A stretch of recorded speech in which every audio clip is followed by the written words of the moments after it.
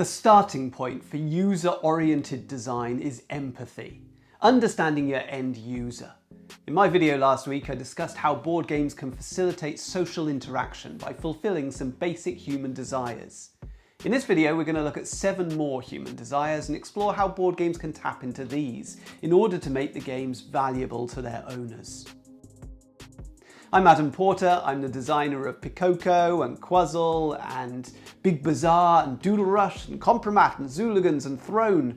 And in the previous video, we were looking at the sort of experiences that people care about and how we can design our board games to tap into these basic human needs.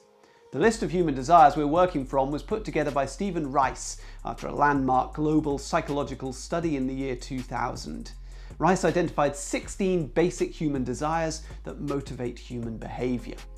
We already dismissed romance and eating as probably falling outside the realms of what a board game can offer. Last week we talked about 7 desires relating to human interaction, so that leaves 7 more basic human desires.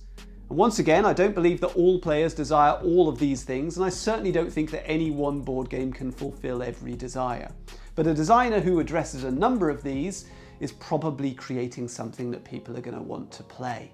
So players want a challenge. I'm not a neuroscientist, so forgive any anatomical inaccuracies here. I understand, though, that there is a specific portion of the brain which drives us to explore and learn new things. This is called the seeking system, and it's found in humans and animals alike. Essentially, the process is driven by dopamine release from our brains, often in anticipation of a reward. And the dopamine arouses you and propels you to take action. In my previous video about user experience or UX design, I discussed feedback loops and how they engage players. Board games are wonderful at challenging us in all manner of different ways and then rewarding us for our actions or motivating us to try again, to keep going until we succeed. Every game box offers up a new complex environment to explore with unique problems to solve, whether they're tactical or strategic or interpersonal. It's vital that game designers engage this seeking system by providing challenges and constant feedback to the players. Players want independence. Board games are at their best when they provide the players with meaningful decisions. Players are freed from their work life and home life, and a board game provides a space where no one's going to tell you what to do. You make your own choices, and success or failure feels justly earned. You also get to play at being autonomous in a myriad of different worlds that you would never experience in real life. A designer needs to carefully consider whether the players are able to make choices in their game, and even more importantly, do the choices matter? There's no autonomy in Snakes and Ladders. You roll the dice and you see where you land. And this limits its appeal to young children, and even they are going to lose interest fairly quickly. Monopoly's over 100 years old and it's starting to look a bit dated. The game does feature decisions, but they can sometimes be rendered irrelevant because of a poor dice roll or a damaging random draw from the chance deck. This wouldn't necessarily be a problem in a short game, but it can be really disheartening in a game which can take a long time to play. Modern game designers need to carefully consider the balance of meaningful choices versus random events to maximize the engagement of their players. Players want order. Board games have great appeal for people who love to organise. There's a whole side industry built around custom box inserts to keep all your game pieces neatly stored. Collectors proudly share photographs of their IKEA shelving packed with board games, neatly organised according to colour or box size or genre. But the drive to organise doesn't stop at components. In-game, players are compelled to manage resources, purchasing them, building them, trading them, upgrading them. They build personal decks of cards or organise their hand of cards to maximise their scoring potential. Games which offer great opportunities to organise stuff have a really good chance of engaging players. Players want to collect. Some of the most successful tabletop games of all time have used this desire to generate massive profits, most notably Magic the Gathering, Pokemon and Warhammer. All these games require players to purchase new components regularly to customise your game and keep up with the opposing players. In the case of Magic the Gathering and similar collectible games like Star Wars Destiny, the booster packs are sealed, so you can't see what's inside until you rip them open. These games often feature rare cards or items to drive the player to seek them out and to give them a huge dopamine rush when they happen upon a desirable component. This drives further collecting behaviour. It's been criticised for being quite a cynical business model, but there's no doubt that it forces players to engage and keep spending.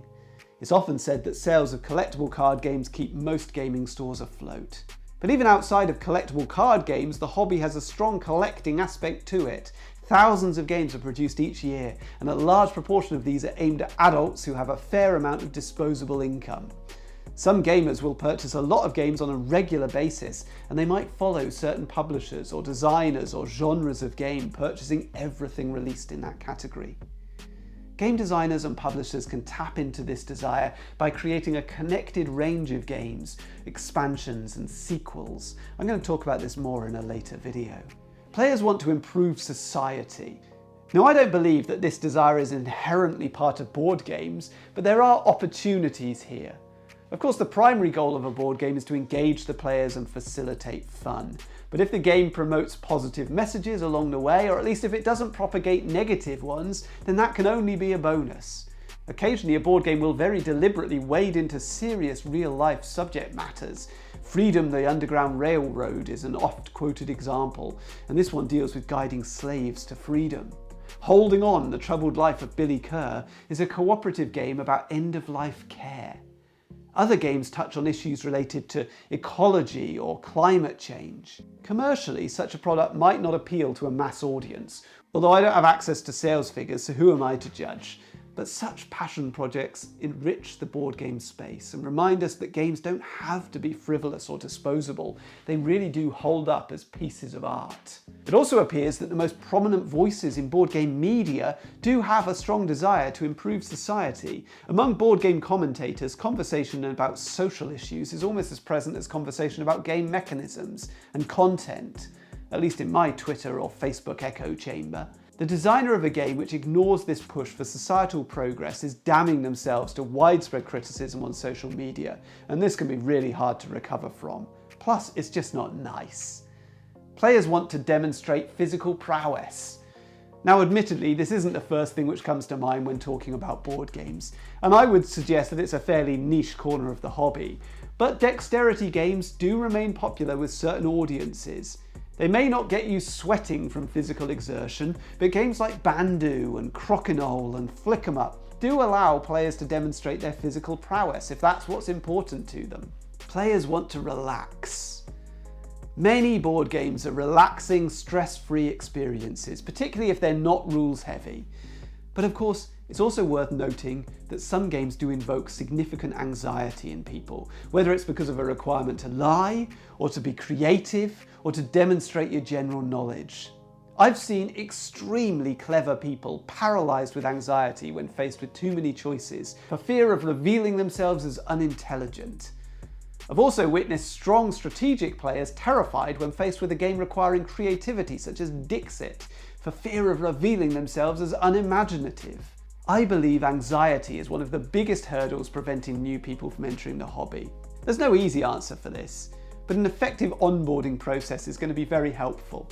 Make your rulebooks understandable, make your graphic design clear and effective, make your gameplay intuitive, provide player aids, how to play videos, apps, engage with rules queries online. All of this and more is covered in my recent video about onboarding. So that concludes a rather lengthy list of human desires, and the challenge for you now is to work out which of these human desires your product fulfills, and perhaps even more importantly, how are you going to convey to your audience the experience that's contained within your box? Is it going to be the artwork, the title, what's written on the back of the box? And I talk about that more in my recent video about promises and expectations. What is it about board games? What is it that they offer that keeps you coming back to the table?